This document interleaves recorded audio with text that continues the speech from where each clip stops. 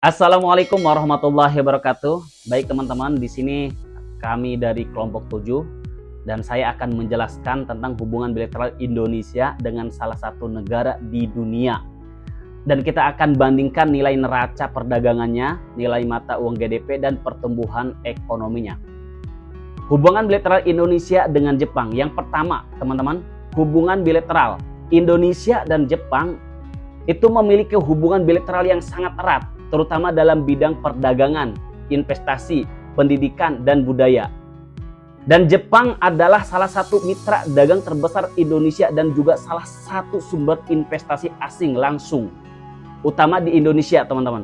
Selain itu, banyak program kerja sama teknis dan bantuan pembangunan ODA yang diberikan Jepang untuk mendukung pembangunan di Indonesia.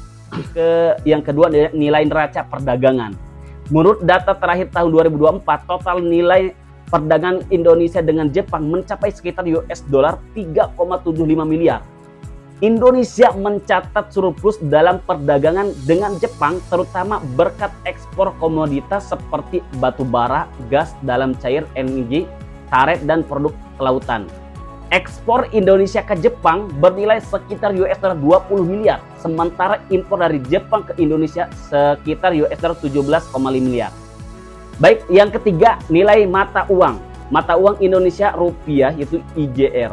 Mata uang Jepang yen JFY, teman-teman. Kurs rata-rata April tahun 2025, 1 US dollar itu sama dengan Rp16.000.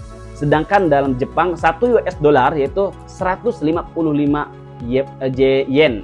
Sehingga 1 JFY 1 yen 103 ribu rupiah. Nomor 4, GDP Indonesia. GDP nominal tahun 2024 sekitar US dollar 1,5 triliun, teman-teman. GDP per kapita sekitar US dollar 5.300.000. Jepang GDP nominal tahun 2024 itu sekitar US dollar 4,2 triliun. GDP per kapita sekitar US dollar 33.500. Yang kelima, pertumbuhan ekonomi. Pertumbuhan ekonomi di Indonesia, pertumbuhan ekonomi pada tahun 2024 sekitar 5,2%. Didorong oleh konsumsi domestik, investasi, dan ekspor. Sedangkan Jepang, teman-teman ya, pertumbuhan ekonomi pada tahun 2024 sekitar 1,1%, relatif lambat karena faktor penuaan penduduk dan penurunan permintaan domestik. Tetapi masih stabil berkat ekspor teknologi dan otomotif. Baik, selanjutnya akan dilanjut sama teman kita. Terima kasih. Halo teman-teman, kalian pernah nggak sih lihat orang trading dolar, euro, atau yen? Kalian sempat berpikir nggak sih, ngapain sih orang-orang ini tukar-tukar mata uang? Nah, itu yang dinamakan valuta asing atau biasa disebut falas. Dan ini penting banget loh. Kalau nggak percaya, mari kita simak video ini. Ini penjelasan tentang dasar falas. Falas itu ialah transaksi jual beli mata uang asing.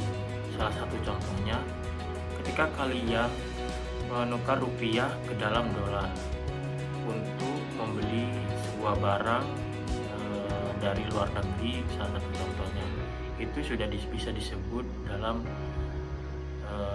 salah satu contoh falas. Kenapa sih falas itu sangat penting?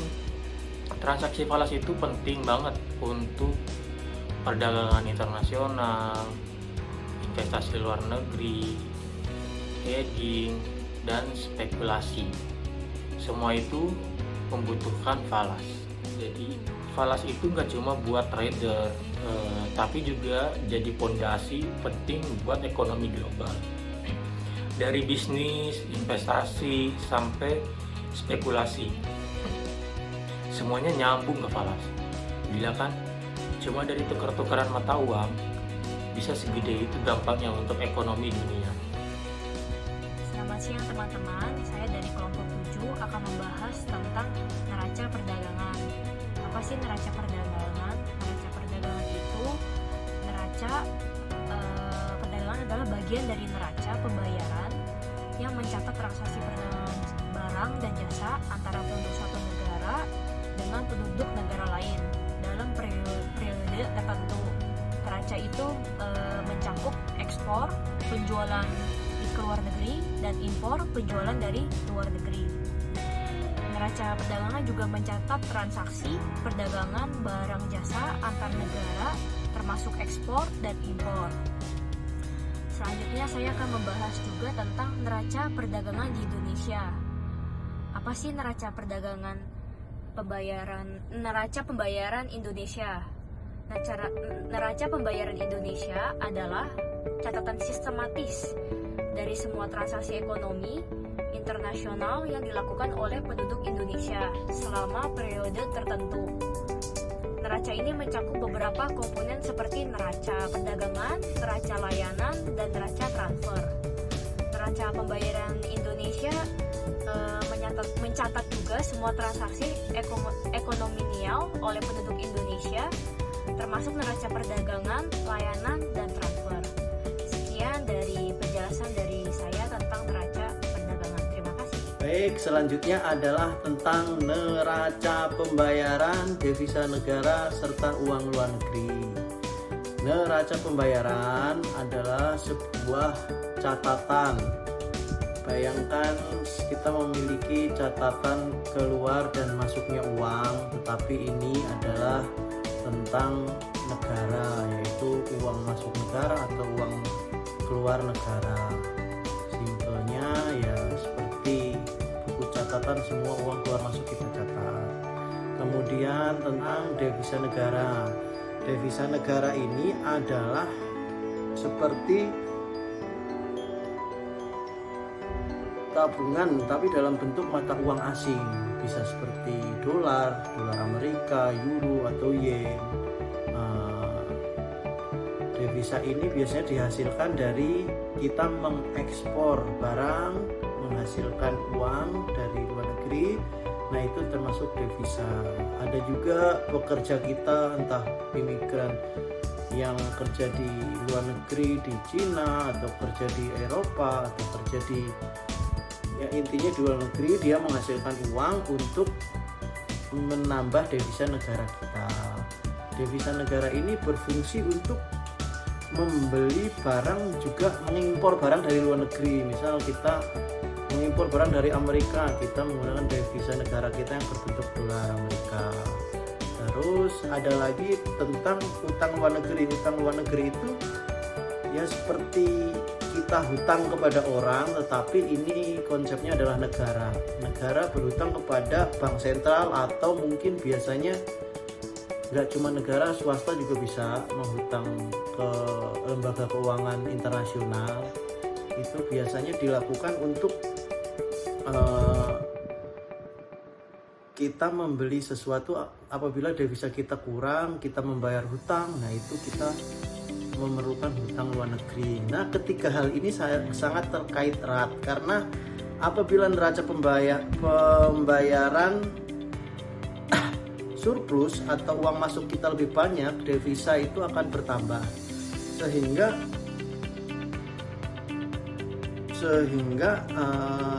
kita bisa dapat, negara kita bisa dapat dengan mudah untuk membayar hutang. Nah, terus ada lagi hubungannya, devisa mempengaruhi kemampuan bayar hutang. Apabila devisa kita surplus banyak, kita bisa membayar hutang banyak dan tidak perlu membayar hutang. Ada lagi hubungannya untuk utang luar negeri, itu hubungannya itu utang luar negeri mempengaruhi neraca pembayaran. Apabila kita banyak mencatatkan hutang luar negeri, itu catatan tentang pengeluaran utang kita sebagai hutang itu akan berdampak banyak. Nah, inilah mengapa pemerintah perlu memperhatikan ketiganya, karena ketiganya itu saling berhubungan erat. Nah, kemungkinan untuk sekian untuk penjelasan dari tim kita. Pasti banyak kesalahan, dan terima kasih atas atensinya serta salam dari kami. Terima kasih.